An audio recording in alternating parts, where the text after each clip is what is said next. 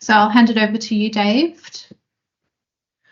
Okay, thanks, Ash. And ladies and gentlemen, I'll just turn my camera off. Let's get stuck into it. Today we're talking about marketing and how to use RMS. So I won't be talking about strategies. I won't be talking about, what you should say, what the pictures should be, any of that sort of stuff. I'll be talking about the tools that you can use within RMS to send your ideas out and your marketing strategies out to your guests.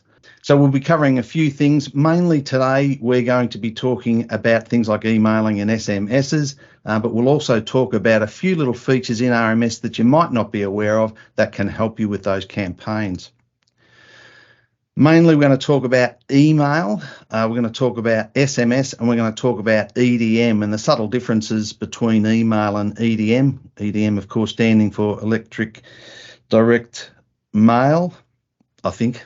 I'm not actually sure what it stands for, but we'll go through that. We won't be talking so much about the guest portal. We did that in depth in the last show, and we probably won't talk about the RMS message center too much today because it's not really a marketing tool, more a messaging tool between guests and staff as well. The benefits, of course, of having a good marketing strategy are self-evident. You get the message out to people and you're going to increase business. I said I'm not going to talk about, your strategy and, how to go about marketing and all of those sort of things. Probably the one thing I do want to talk about, though, is targeting the messaging to a specific group. And unless you run the sort of business that has a very homogenous customer type, like say you run a mining camp, for instance, and, they're all workers and they're, all the same, and that probably makes marketing fairly easy.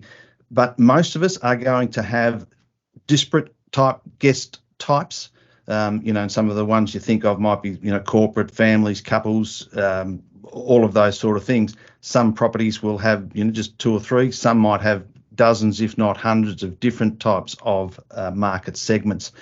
And it's very important to send the correct message to the right group of people. And I just think of a couple of examples. At RMS here, I know that the folks in the marketing team try very hard to make the messaging relevant. So if you run a hotel or a motel, you'll get one sort of message which will be different.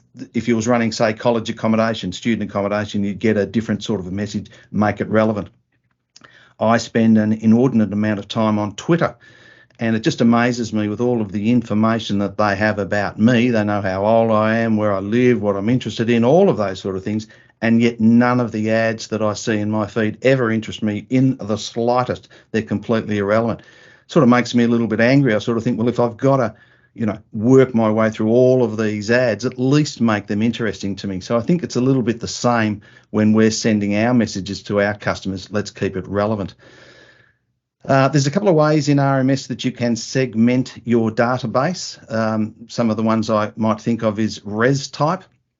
Res type's been in the system for a long time, and it's used variously for different things. Some properties use it to identify the channel that people book through. Some people use it as the identifier of why you're coming to stay. So that's not a bad way of doing it. Let me just show you a couple that I think could be quite interesting. Classifications is a field in the guest section of a reservation, and it can be used in any way you like, but it's a great way to split up your database. And you'll see the example I've used here where I'm tagging guests with particular interests. Maybe you're into fishing, maybe you're into, wine or food or whatever it might be. Maybe you're surfing. And if we tag our customers with the correct classifications, then when something is coming up, and let's say it's we're having some sort of food and wine event, we might want to send out a message to everyone who's shown an interest with food and wine in the past.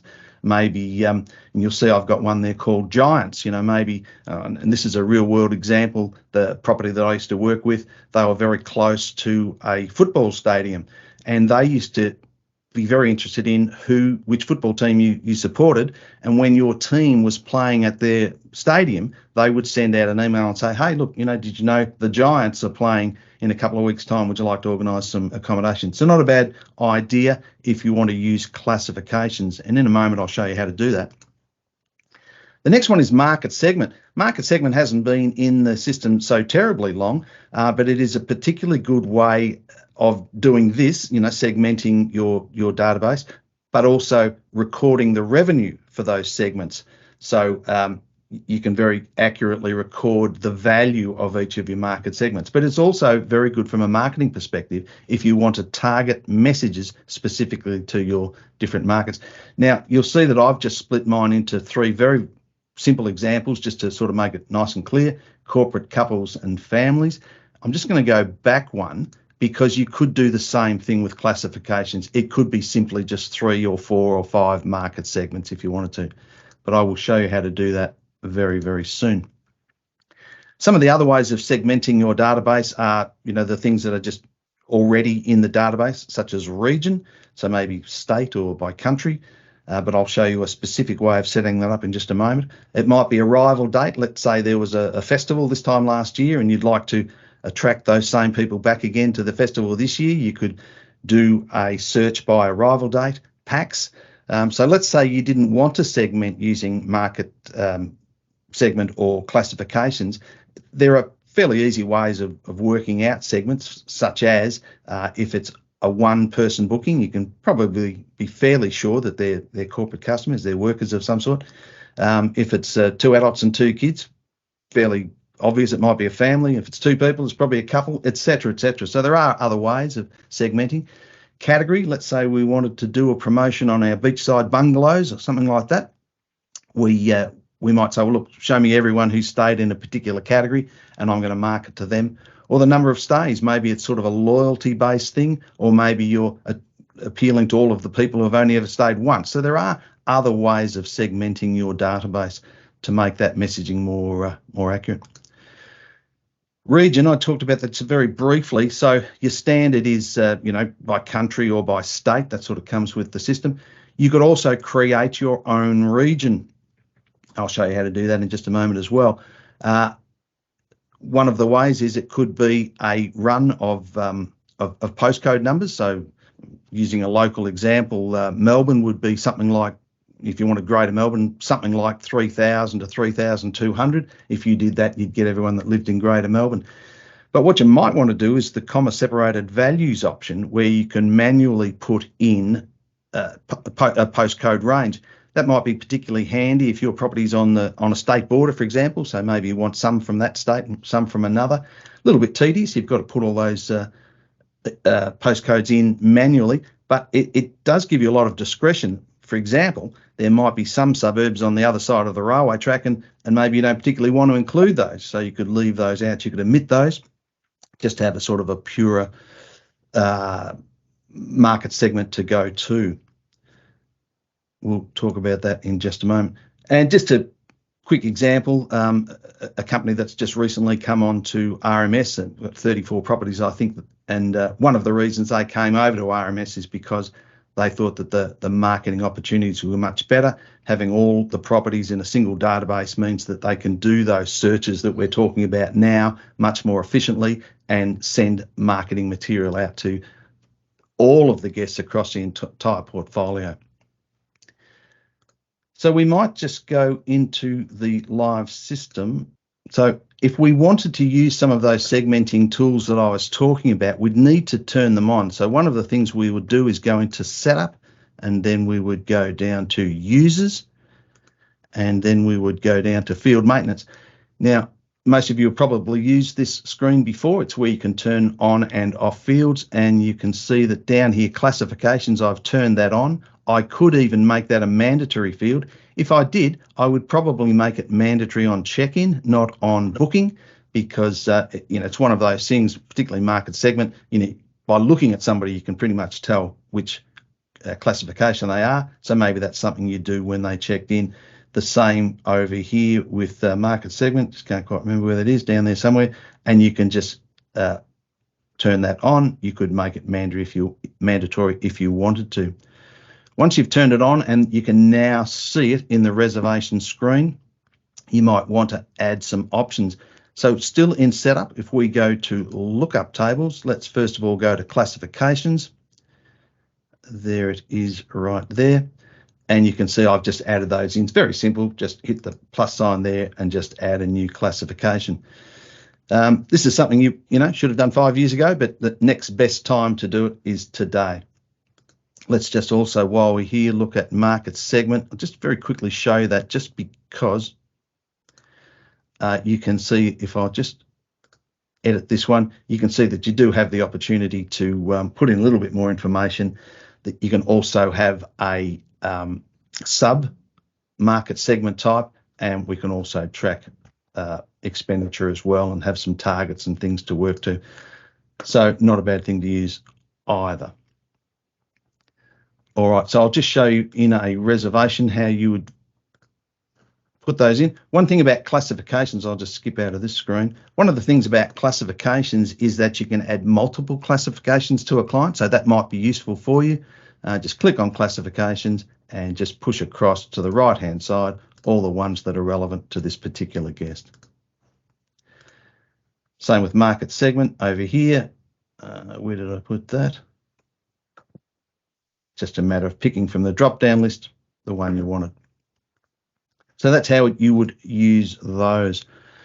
So let's keep moving now. Let's go over to emails. How would we set up emails if we wanted to use those as part of our campaign? So let's go into setup again. Let's go over to correspondence. We started calling it form letters, 30 something years ago, before email was even invented, and the name has kind of stood. So it's still form letters, but 99% of the time we're talking about emails. Let's just have a look at one that I started early here, my example. And here is a very, very simple example of an email. I'm just going to, if you've never used these emails before, you're going to be enlightened. If you've done quite a few emails, maybe I'm going to show you a couple of things that you didn't know. So hang around and I'll try not to bore you for the experienced people, but we'll just go through it quickly. What we need to do, this blue field indicates we need to put some data in there. So let's give it a name, something that will mean something to us when we want to use it. The subject line is the subject line that the customer will see in their email. There are a number of templates here, not a lot, but if you want to get started, I really recommend you do start from scratch and do it the way you want to. But just to get started, if you want to use one of these templates, not a bad idea. We won't talk about guest portal actions because we talked about that in the last show. You'll see that we have here a range of merge fields, and these are snippets of information that reside within a reservation or within the system that we might want to use in the email itself. And I'll use an example here, and you can see that there are lots of different groups of merge fields. Let's go down to the client one or guest one. I've renamed this guest. I think system-wise it's referred to as client. And you can see there are just lots and lots and lots of fields here relating to the guest that we might want to include in an email. Here's one I started earlier. I'm just going to get rid of it and we'll do it again just so you can see how I did it. And I just went into the guest group or client group, it might be called on yours, and I'm going all the way near the bottom, and I'm going to use this one called first name, last name. I could just use first name if I wanted to. So now when this email goes out to whatever guest it goes to, it will populate their title, their given, and their surname here in this email. If I want to change anything here on the right hand side, for example, my example there is maybe I want to make that bold, so I just highlight that and make it bold. You can see I've changed the font style and the color and the size, etc., just by using these controls up the top here. Couple of little tips: if you want to paste text into here, you can't just right click and paste. You've either got to use the keyboard and use Control C and Control V, or better still, if you use these little controls up here, that's for pasting text from another application such as Word or any other application you might be using. We can add images, and that's just a matter of using this little icon up here, the image icon.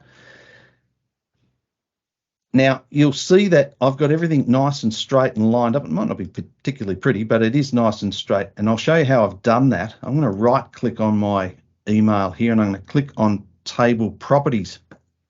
And see this border size here. I'm just going to change that to 1 and save that. And you'll see that I've got a border around here because this is actually a table. I've used a table to constrain everything to be nice and neat. If I just go into there again, go back into table of properties, there's a couple of things I've done. I've constrained the whole width of the email to 650 pixels. And I've done that so that, and the whole thing about HTML emails is it's an imperfect science, because it has to accommodate all of the different devices that we have around the world, all the different email clients, and all of the different issues that you might encounter when receiving an email. So if we constrain that to 650, 700, something like that, we're pretty sure that this email is going to present the way we want it to on just about any device. So I'll get rid of that again because it's fairly unattractive. And some of the other things I've done there is I've made the alignment center. So I've centered everything nicely there. And I've also made sure that the whole table is in fact centered there as well. All right, is there anything else I need to tell you about that? I don't think so. So once we've got that email, we're ready to send that. Now, I'm sure you'll spend a little bit more time than I have and make a really nice email that people like to receive, and that will tantalize them into making a booking at your property.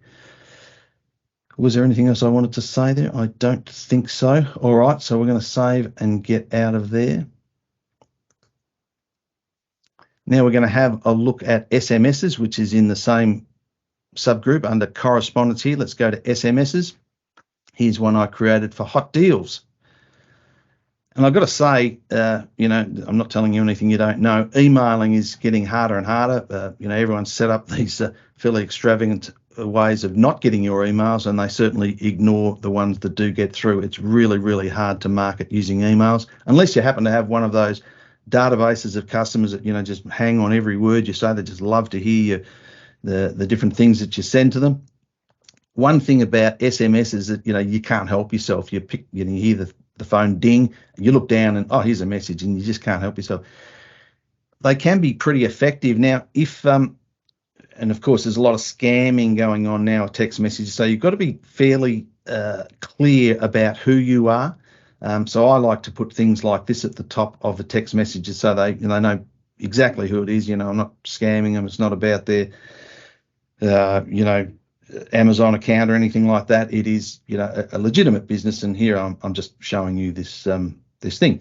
Now I have linked this. I've put a link in here which is to my hot deals page. So this SMS is perennial. I can just use that forever. It just means I have to keep my hot deals page updated, and people will be able to link to that page and see the updates. One thing I did do, that URL when I put it in was about 1 foot long. I used a thing called tinyurl.com, and you can put a very long URL in here and it will come out as a tiny URL, as the name suggests, out the other end. That's going to save you characters. Now, if you send an SMS that has lots and lots of characters, more than 160, that's no problem. It will just go, in most cases, to people as one long message, but you will be charged multiple times. So you want to try and keep your character count down under 160. And just be careful when you're including merge fields, such as I've used a merged field there of given name. That's not too bad, so long as somebody hasn't got a given name that's got 66 characters.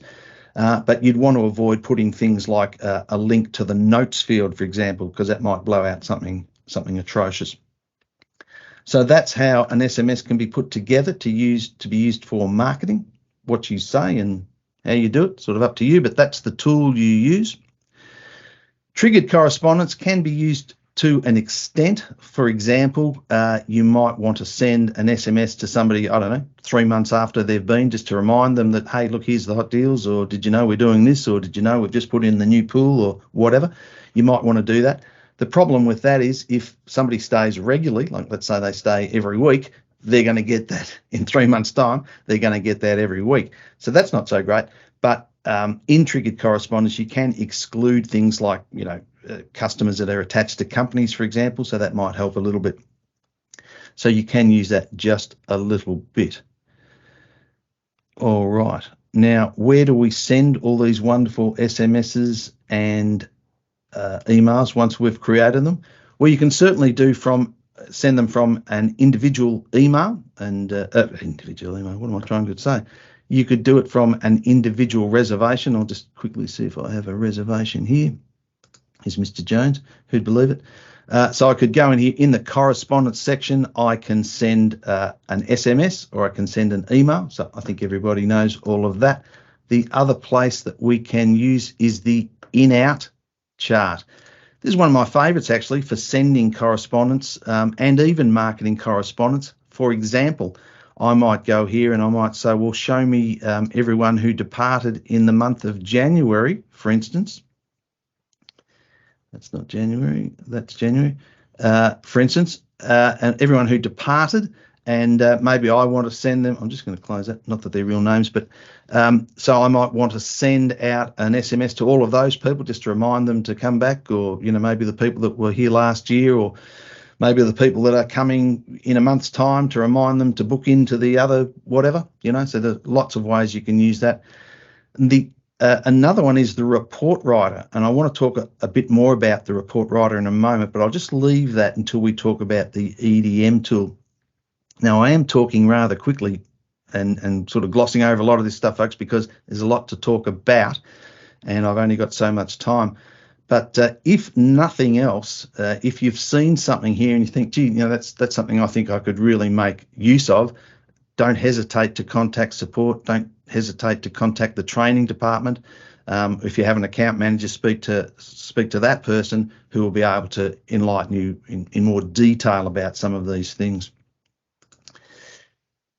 Here we go. So with the EDM tool, now this doesn't come packaged or not free with RMS. You do have to buy it, and you would go down here to the module market.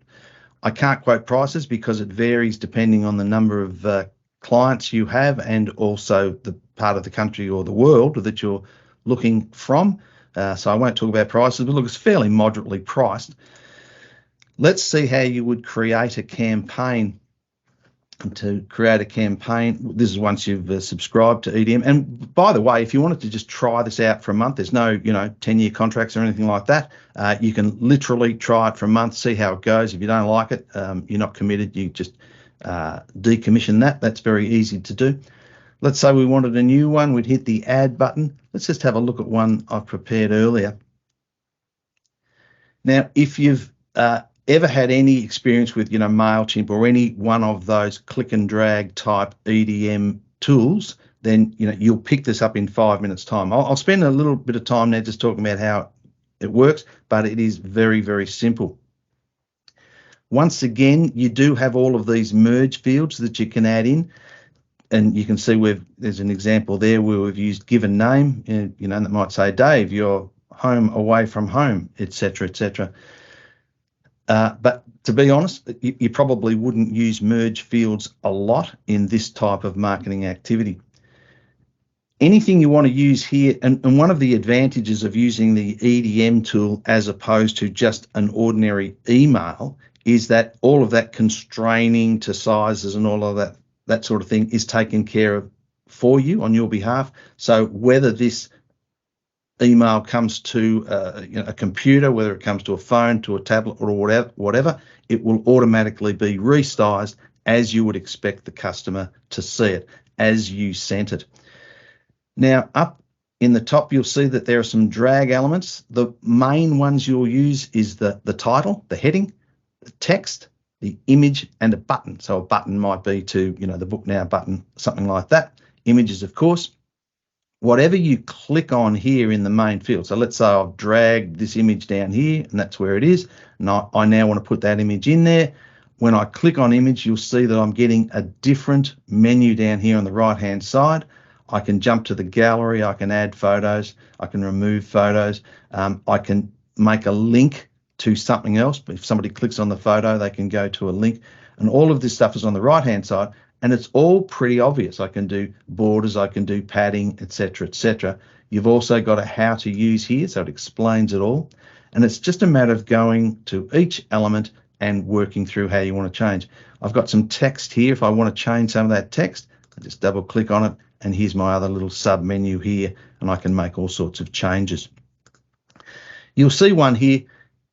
Now this section here is a column, is a column feature. Now, I don't use this, but you could drag down that column. And what's happened is whoever made this EDM has used the second and fourth column and has used an empty column just to make a nice buffering.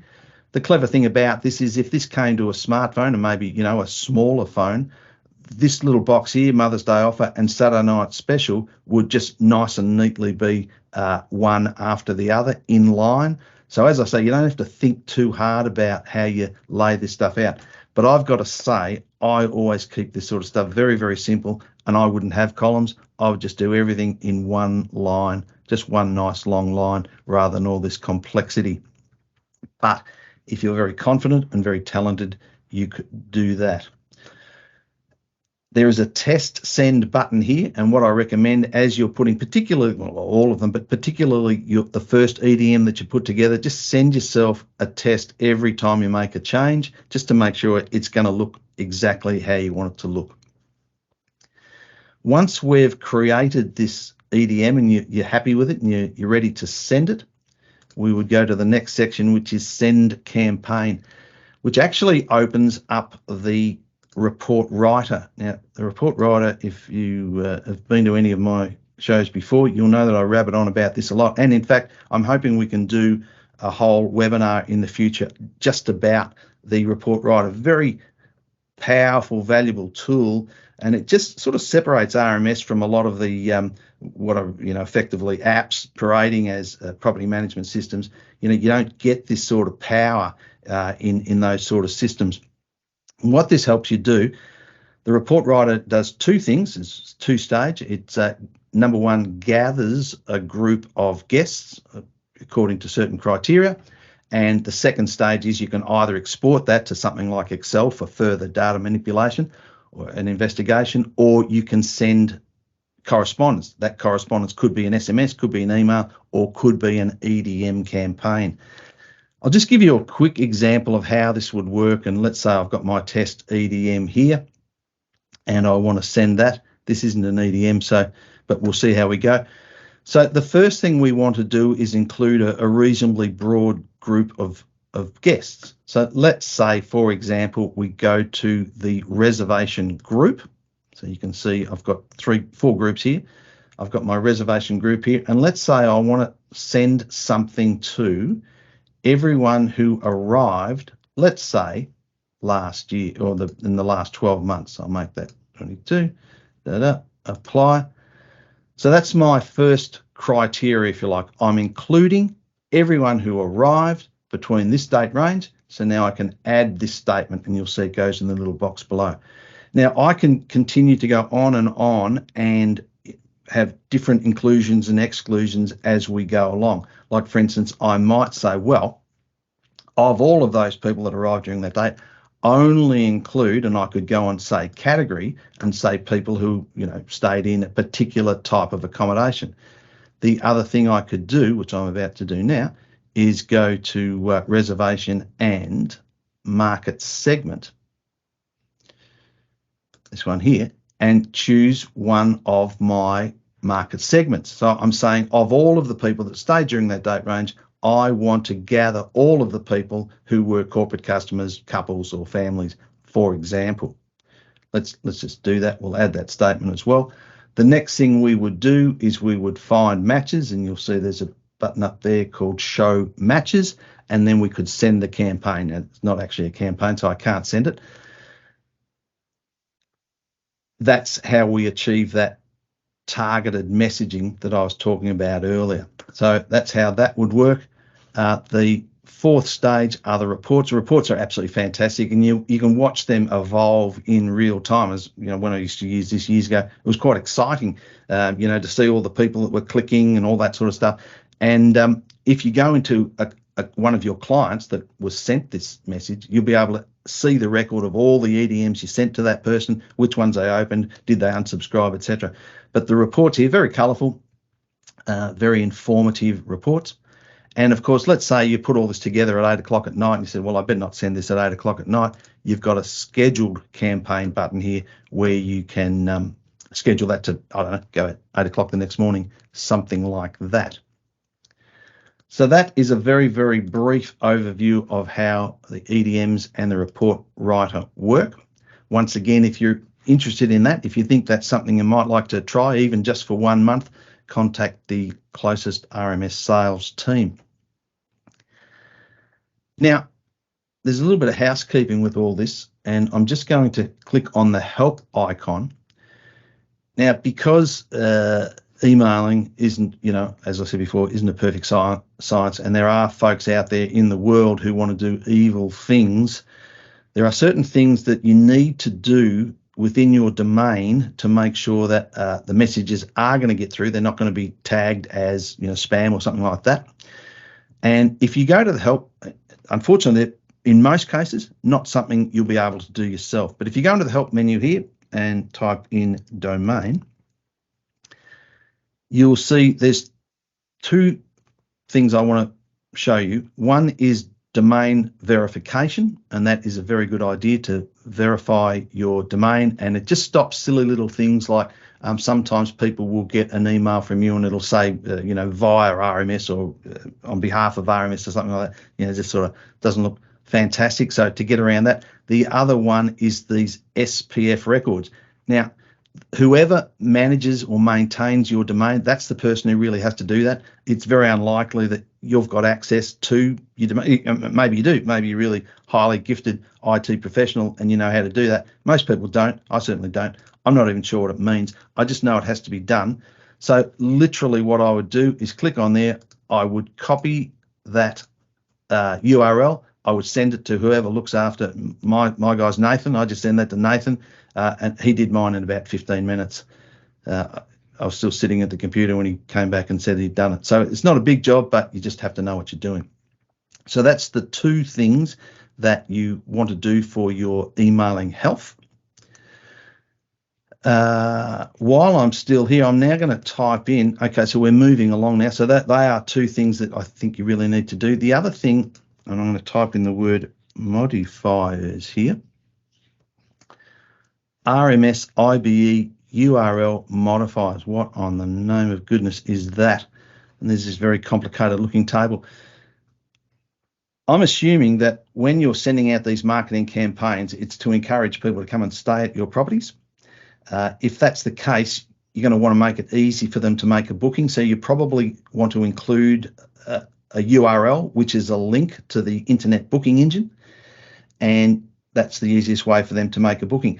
But the thing is, if what you can do, and we've talked about all this targeted marketing, all this sort of stuff, and let's say we were doing a promotion on, let's say, our beachside bungalows, we don't want to send a link to somebody that is going to include, all 23 different categories that we have at the property. We don't want them to scroll through all that and get, confused with all of the options. We want them to book the beachside bungalow. This is how we can do that. We can send a URL that is very specific in the information that it's going to display. I'll do a very easy example, which is the second one, which is the RMS category ID. So I can set up, and let's do this now. Let's do it together. I'm going to go back into RMS. I'm going to set up. I'm going into online bookings. Now I'm going down to online options. So setup, online bookings, online options, the very bottom tab, URL generator. This is the only real way to do a URL now through the generator. It's a nice, safe way to do it. It's not exposing lots of sensitive information such as client ID. We would click this, which would copy that. Now, in fact, I am going to use a one I've prepared earlier. That's just the standard URL. Now, if you clicked on that now, if I hit the enter key, it would open up the IBE for that particular property and it would show every category. But in this case, that's not what we want. What we want to do is only let them see one category. So what I need to do is at the end of that URL is put a / and then the category ID. Where would I find that? I'd go back into setup. I'll just clean that up a bit.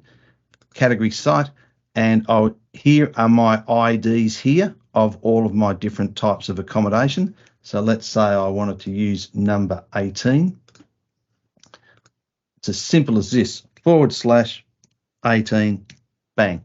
Now I can use that URL in my marketing activity, and when somebody goes to that link, they will only see my beachside bungalows.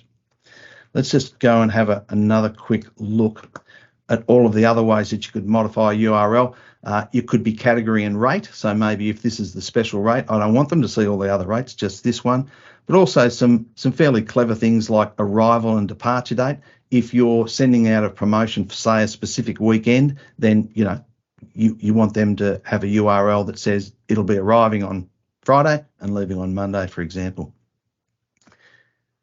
Now, Ash, if you're still with me, that's about it. That's about all I had to say. I've gone fairly quickly and I've used up 39 of our 45 minutes, but I'm hoping that there are some questions there, and I'm hoping I've got everyone excited and that they're looking forward to getting into some marketing. And if they've got some more questions after the show, they might go to support or the help section, or come and look at some of the videos in YouTube, etc., etc. But I'm going to throw back to you. No, that was great. Thanks, Dave. I even learned quite a few little tips in there, so that was awesome. We've had one of our team members answering quite a few questions on the chat, so that's been really great. So I think looking at overall some of the questions that have come through, what would you say about the RMS marketing tool or EDM tool that is beneficial to have within the system versus using exterior one? What makes that beneficial? That's a good question, or not? Yeah. You're asking me? Yeah. So that's a really good question. And there are, MailChimp and all of those systems, and they're fantastic too. You can use those, but and what's the big one that everyone uses? Something Hub, whatever it is. Yep. And that's fantastic, and they're really powerful systems and do lots of other things as well. But I guess the advantage is, because it's within RMS, you are using that market segmentation. So you're using your existing database to say, well, today I want to send to this very specific group of people, and this is the message I want to send them. And all of that reporting is within RMS, and right back, as I said before, right back to the guest level, where you can go into the guest record and see which EDMs they received and which ones they responded to, how many times did they click through to the deal, all that sort of stuff.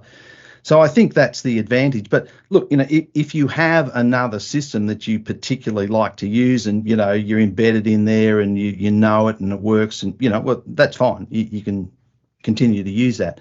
But if you want it all in one place, then the EDM tool is pretty handy. Yeah, great. And I guess that just holds everything in the one place, streamlining efficiencies for you as well, doesn't it? Absolutely. Yeah, awesome. So we're going to wrap up because we're out of time. I noticed a few people joined in a bit late, so don't worry. We'll send out a recording tomorrow, and check in with any further questions with support. We're happy to help. And thanks so much, Dave. That was amazing. No worries. Fantastic. Thanks for coming along, folks. I did mention Twitter early. If anyone wants to follow me on Twitter for some tips and tricks that I have and some balanced political opinion, it's easy to find me, Dave Jones Shh. So it's Dave Jones SHHH, and I'd love to see you on board.